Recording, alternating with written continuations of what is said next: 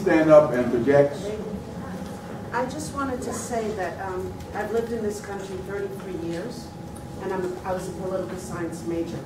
So I read and I am informed. And I said, what's going on in this country is very scary, with Ferguson, public education, and so many other issues. And I'm wondering, this didn't just happen overnight, but it's important as people and citizens in this country. You need to read and find out the facts before you even go to vote, and read from different sources. Not only the conservative, not only the liberal. Read, inform yourself, and talk to as many people, and get to know other people, minorities, so we can all come together. Because it's not only at this level, but it's at every level. Every level. Thank you. I want to welcome the press and the media that's here today. This is really good. I'm not going to try to call out everybody's names, but I'm looking around. We're glad to have you all. And we'll see what little tidbit you pick up and decide to print. You know, for years we didn't get no publicity. We kept having these big old meetings and big showdowns, and folks said, well, nobody's really interested in what your side is talking about. Y'all just weren't printing it. So I had to put that little one in there. Welcome. We're glad you're here. Now I noticed that the people that are here have been printing what we say. And to that extent, we thank you, we thank you, we thank you. We appreciate what you do. Give my hand. All your hands. When folks do good, we want to commend them. One more question and then we're going to change panels. Yes, sir. I have just one question. I'm pleased that Karen is here. The heroic struggle that you guys waged in Chicago, very, very significant, had an impact across the entire labor movement. And I think that you're a great leader. And you have a great group of leaders, I'm sure, working with you. My question is this: is the leadership of the local AFT in this room today? Yes. Good question. Is the leadership of the local AFT in this room? Yes. Please stand up, let me see it. Yes. Because I don't see the ones that I heard. Okay, there's mine. Yes. Okay, you had your question answered. Thank you. All right. Now, let's give them a big round of applause. And now we're going to bring up Darren Martin, who is a Newark leader. Lisa Brown, former principal, Ivy Hill Elementary.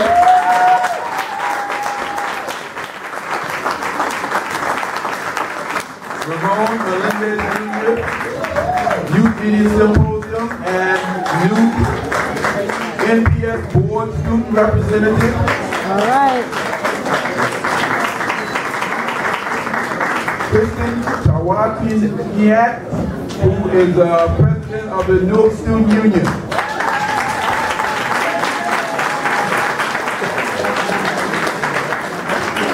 Darren Smith is here, but she has deferred to Darren Martin. I just want to recognize him. And Wilhelmina Holder is not here. I don't know what's going on with her. She'll be here. Everybody knows her, but this is extraordinarily late for her. But when she comes in, I want y'all still to give her a round of applause. Okay. Come on up, Kristen.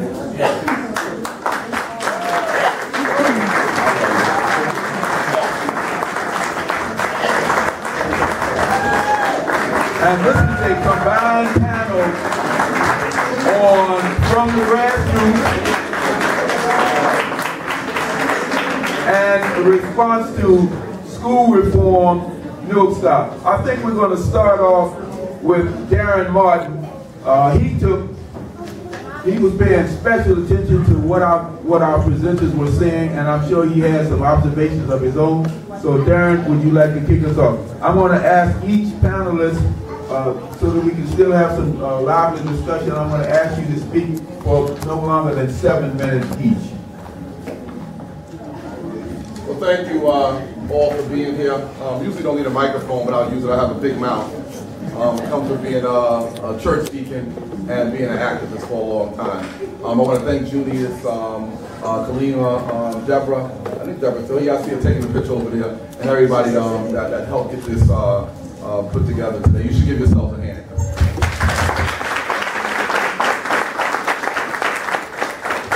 So, those of you that know me, usually don't beat around the bush. I'm straight to the point. It oftentimes gets me in trouble, but that's the skin I live in, and that's the way I live. So my observations about what's going on here in Newark is really these things here. So one, and you heard some of it, and that's why great minds think alike. Ms. Lewis and Mayor Baraka said a lot of the things I want to say, but I have a few extra ones there. So one, in order for us to get things done here in Newark, we need to, and I'm not just speaking to parents, I'm speaking to everybody in the community. We need to weed out the phonies. So, most of you guys that follow me on Facebook, you know me from the community. I was born and raised in Jersey City. Before I moved here in 2001, I'm a straight shooter. And so we need to weed out the phonies. What am I talking about? So, Brother Ntume, I listen to him on the radio a lot. You remember the song Juicy, a real good song. He talks about the illusion of inclusion. So we got to be very careful about these folks that say they with us and they really not with us. So let me break it down a little bit real quick. Sometimes you have folks that say they with you. And that could be an elected official, it could be a union. And you guys know a union organizes the District 1199J. And everybody knows I say exactly what I feel. And I go by what I see. So when you have these pastors, in Newark that kind of went belly up on us with the boycott, when you have unions that send letters to the teachers without people knowing about it, not to support the boycott, we need to weed those folk out. Now I know that people like Brother Dixon, who's here today, wasn't part of that letter, so I don't want to drag him down with those folk. It was the leadership of the NTU, which I have a problem with. And maybe sometimes they need to move. So we got to weed out people that say they will. I know some folks ain't gonna like that, but I'm okay with that. Next, in order for us to have this broad-based coalition to do things in schools and build this community up, that means the churches, and I'm going after the pastors too, because they didn't do anything with the boycott either. Although they talked from July on, they signed 77 of them signed letters. A letter, sticking their chest out, saying what they was going to do. The pastor didn't do anything. Now you guys know I'm a deacon. And my pastor, who's in Jersey City, Reverend Perry, New Hope Baptist Church, if you want to report me, he'll say, Deacon Martin say exactly what he feels, because he knows who I am.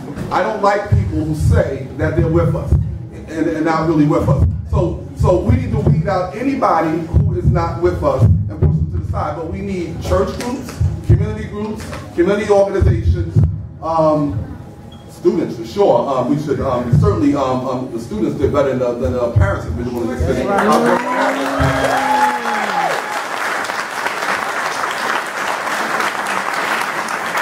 We need sororities, we need fraternities, we need everybody get together to make this fit, to make things happen. And right now we don't have that. It's all there's pockets of people going to go over the place.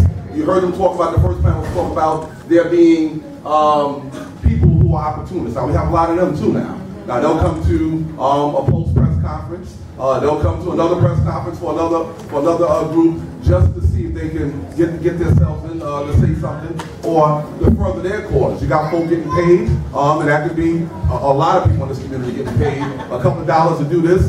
This person say they're active. This person say they're principal. Folks are getting paid. And we need to keep it real. Now, third point, politics. The politics of what's going on in the city is unbelievable. That's right. You call it politics all you want, but I call it politics. We have too many people that are in elected positions that are not doing anything or playing both sides of the fence. That's right.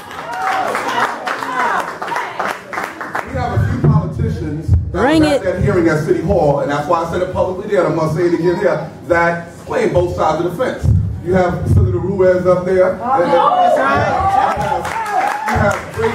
You have great Spencer up there who's going for prosecutor, in bed with the MPS. You can't be on both sides. There should be no equivocation about which side you stand on. And anybody who knows me know I'm going to say it exactly the way I see it. And you have to take a side, left or right. You can't be in the middle. You can't be on the fence. This struggle is too important to have people playing around with our kids' education. Now, let me close by saying this. I'm a board member of POST, Parents Unified for Local School Education, and let's give our president and all the board members a great hand.